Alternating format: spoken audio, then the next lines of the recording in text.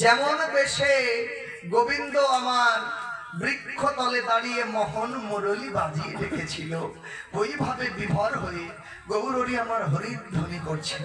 কেন? বৃন্দাবনে কৃষ্ণচন্দ্র তিনি ব্রজ গোপিকাদের নিয়ে, হাতে ছিল তার মোহন মুরলী, নিয়ে রাসলীলা করেছেন। কিন্তু গৌরহরি তো সব কিছু পরিত্যাগ করেছেন। তার রাস কি? তার রাসটা হলো কলিজীবের হৃদয়টাকে শুদ্ধ করা। শুদ্ধ করতে কি করতে হবে? গৌরহরি একটা পদ বেছে নিলেন। শুদ্ধ করতে হলে একমাত্র কৃষ্ণ নামে জীব শুদ্ধ হতে পারে। একমাত্র কৃষ্ণ নাম ব্যতীত জীব শুদ্ধ হতে পারে না। এই কারণে গোবিন্দ আমার কি বেছে নিলেন? ভক্তগণকে গোপী স্বরূপ বেছে নিলেন। আর কি করলেন? খোল করতাল ছিল এই জীবের হৃদয়টা পরিশুদ্ধ করবার জন্য, নাম সংকীর্তনকে মাতিয়ে তোলবার জন্য একটা মাধ্যম ছিল। কেন? তিনি চিন্তা করলেন এই কীর্তনের মধ্যে দিয়েই কেবল জীব জগৎকে উদ্ধার করা যেতে পারে, কলির জীবকে উদ্ধার করা যেতে পারে। তাই শাস্ত্রে বললেন এই কীর্তনের যে প্রবর্তক সেটা হচ্ছে স্বয়ং মহাপ্রভু। স্বয়ং মহাপ্রভু। আর তিনি বললেন সংকীর্তন যজ্ঞে যে ভজে সেই তো হয় ধন্য। তাই বললেন সংকীর্তন প্রবর্তক শ্রীকৃষ্ণ চৈতন্য, সংকীর্তন যজ্ঞে ভজে তবেই সে ধন্য। বাবা! এই কারণে জীবের নিস্তারের লাগি তিনি খোল করতালে কলিতে তিনি রাসলীলা করছেন ভক্তগণকে সঙ্গে নিয়ে। ভক্তগণকে সঙ্গে নিয়ে এবার ভক্তগণ যখন এলেন, ওই তরুমূলে গৌর কি করলেন? খোল করতালে গোজা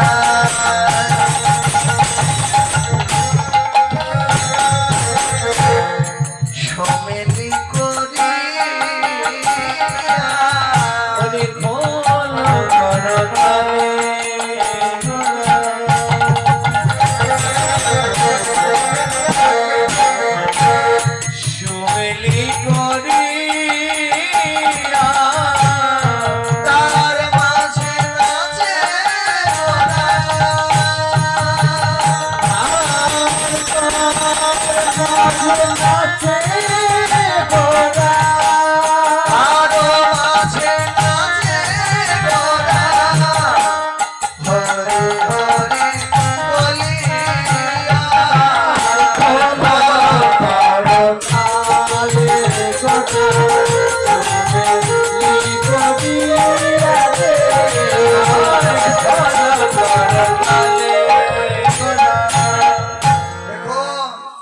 খোল করতালে গোবিন্দ আমার কি করছেন? সকল জীব জগৎকে উদ্ধার করবার জন্য খোল করতালে নিজেই যেন নৃত্য করছেন। আর খোল যাকে বলা হয় মৃদঙ্গ, এই মৃদঙ্গ বেজে বেজে নিজেই ধন্য হয়ে যাচ্ছেন। আজকে আমরা ভগবান এত যে উত্তম পন্থা দিল, কিন্তু অঙ্গ রসে লিপ্ত হয়ে থাকার কারণে সেই হরিনামের যে পূর্ণ পীযূষ সেটা আমরা পান করতে ব্যর্থ হচ্ছি। যখন গৌর হরি তরি মূলে থেকে হরির ধ্বনি করলেন, সকল ভক্তগণ এসে গৌরের সেই হেম দণ্ড বাহু উত্তোলন করে যে হরিনাম করছে, গৌর পানে চেয়েছে, তারাও হরিনামে মত্ত হয়ে গেলেন। যখন হরিনামে মত্ত হয়ে গেলেন, ওই রাসলীলার ভাবে যেমন করে ব্রজ গোপিকাদের বলেছিলেন, কও হে গোপী কিসের লাগি আইলা গহন বনে। এবার গৌর হরি সেইভাবে ওই ভক্তগণকে বলছে, বলো তোমরা কেন এসেছো? হ্যাঁ, তোমরা কেন এসেছো এখানে?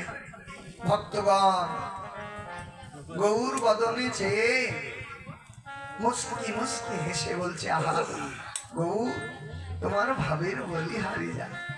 এই যে ভাবের কথাগুলো বাবা, এটা কিন্তু মানে ভক্ত সঙ্গ না করলে বোঝা যায় না। ভাবের কথাগুলো যখন বলছে বলো তোমরা কেন এসেছো, গদাধর থেকে শুরু করে নিত্যানন্দ, হ্যাঁ গদাধর থেকে শুরু করে আর যে ভক্তগণ ছিল তারা মুস্কি মেরে হাসছে। আহা, গৌরের মনে পড়েছে রাসলীলার কথা, নইলে এমন করে বলবে কেন? হ্যাঁ, এবার বলছে বলো বলো তোমরা কেন এসেছো এখানে, একটিবার বলো। সকল ভক্তগণ তারাও গোপী ভাবে গোবিন্দের সেই ভাবকে পরিপুষ্ট করবার জন্য চুপ করে রইলেন। চুপ করে যখন থাকলেন, এবার বৈষ্ণব পদকর্তা বাসুদেব ঘোষ বলছে, শোনো তোমরা চুপ করে থেকো না, গৌর যখন বলছে তোমরা কেন এসেছো। এবার বৈষ্ণব পদকর্তা কি বলছেন, বাসুদেব ঘোষে কয় গদাধরে ছাড়ি ভয়। বাসুদেব ঘোষে কয় গদাধর ছাড়ি ভয়। বাসুদেব ঘোষে কয় গদাধরে ছাড়ি ভয়। বাসুদেব ঘোষে কয় গদাধর ছাড়ি ভয়। গোরা সাথে লাগিলা কহিতে, গোরা যাত লাগিলা কহিতে, গোরা সাথে লাগিলা কহিতে, গোরা যাত লাগিলা কহিতে। বলো কেন ডেকে আনিলে গো, কেন ডেকে আনিলে গো, কেন ডেকে আনিলে, আর কেন ডেকে আনিলে গো। বলো বলো বলো গো, কেন ডেকে আনিলে হে, আর বলো বলো বলো গো, কেন ডেকে আনিলে হে। বলো বলো বলো গো, তুমি কেন ডেকে আনিলে হে।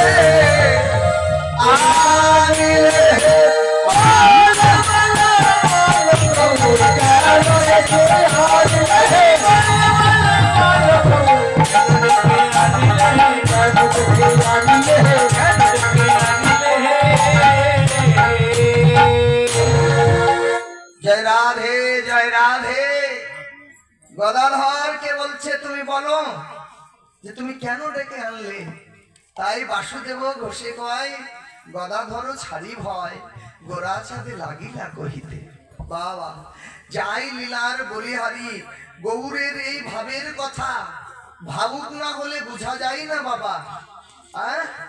হরি নামে মাতাতে চৈতন্য চরিতামৃত বললেন, তিন বাঞ্ছা পূরণের জন্য গৌর হরি এসেছেন এই জগৎ মাঝে। প্রথমটি হলো রায় প্রেমের ঋণ শোধ, দ্বিতীয়টি কৃষ্ণ নামে জীব জগৎকে উদ্ধার, তৃতীয়টি কৃষ্ণ বলে কাঁদার মাঝে, কৃষ্ণ বলে ভাবার মাঝে যে কি রস আছে, কি প্রেম আছে, গৌর নিজে কেঁদে সেই স্বাদ আস্বাদন করবেন বলে জগৎ মাঝে এসেছে। এসে গৌর যখন বৃন্দাবন লীলার কথা মনে পড়ে, দেখবেন আপনাদের জীবনে যারা বয়োবৃদ্ধ মানুষ, আপনাদের জীবনে সেই মধুময় দিনের কথাগুলো মনে করুন, সেই বাল্যকালের কথা মনে করুন। হ্যাঁ, কালের বিবর্তনে আজকে কারো বয়স হয়ে গেছে, কারো মধ্য বয়স হয়েছে, কিন্তু সেই সুন্দর দিনের কথাগুলো মনে করুন, দেখবেন হৃদয়টা ব্যথায় ব্যথিত হবে, নয়ন জল এমনিতেই গড়িয়ে যাবে। তেমনি গৌর এসেছেন ঠিকই বৃন্দাবন ছেড়ে, কিন্তু সেই প্রেমের কথাগুলো গৌর ভুলতে পারে নাই। ভুলতে পারে নাই বলে আজকে ভাবাবেশে আবেশে গৌর হরি প্রত্যেকটা লীলায় দেখবেন ভাবাবেশে ডেকে ওঠে। যেমন ওই যে গোষ্ঠ লীলায় ভবলি শ্যামলি বলে ডেকে উঠেছিলেন ভাবে, তেমনি রাসলীলায়